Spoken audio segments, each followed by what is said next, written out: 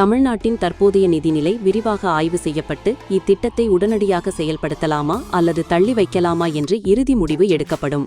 அதன் பின்னரே அதிகாரப்பூர்வ அறிவிப்பு வெளியாகும்.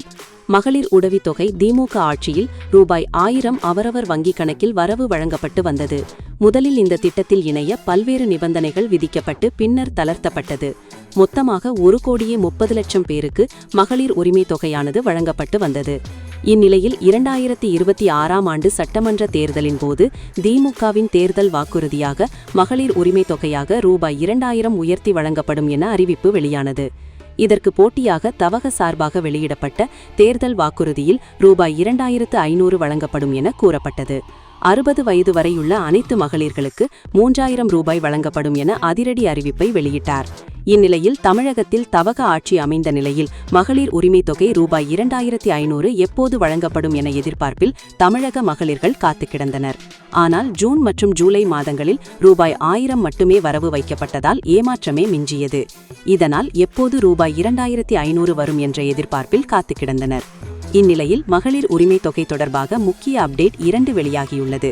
உரிமைத் தொகை திட்டத்தில் இப்போது கொடுக்கப்படும் ரூ.1000 ரூ.2500 உயர்த்தி செயல்படுத்துவதற்கு முன்பு தமிழ்நாடு அரசு புதிதாக விண்ணப்பிக்க வாய்ப்பு கொடுக்கலாமா வேண்டாமா என தீவிரமாக பரிசீலித்துள்ளதாக தகவல் வெளியாகியுள்ளது.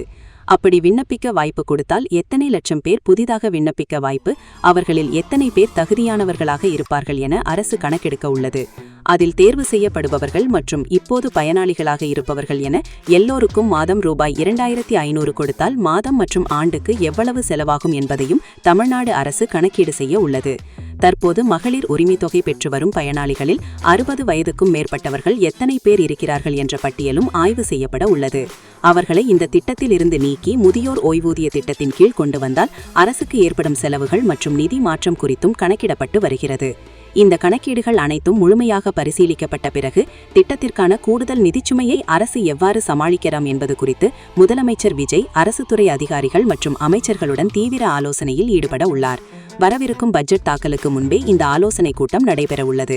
இந்த ஆலோசனையின் போது தமிழ்நாட்டின் தற்போதைய நிதிநிலை விரிவாக ஆய்வு செய்யப்பட்டு இத்திட்டத்தை உடனடியாக செயல்படுத்தலாமா அல்லது தள்ளி வைக்கலாமா என்ற இறுதி முடிவு எடுக்கப்படும். அதன் பின்னரே மகளிர் உரிமைத் தொகை ரூ.2500 எப்போது முதல் வழங்கப்படும் என்ற அதிகாரப்பூர்வ அறிவிப்பு வெளியாகும். தற்போதைய நிலவரப்படி மாதந்தோறும் ரூ.2500 வழங்குவதால் அரசுக்கு ஏற்படும் கூடுதல் செலவுகள் மற்றும் புதிய விண்ணப்பங்களுக்கான வாய்ப்புகள் குறித்தே அரசு தீவிரமாக பரிசீலித்து வருகிறது.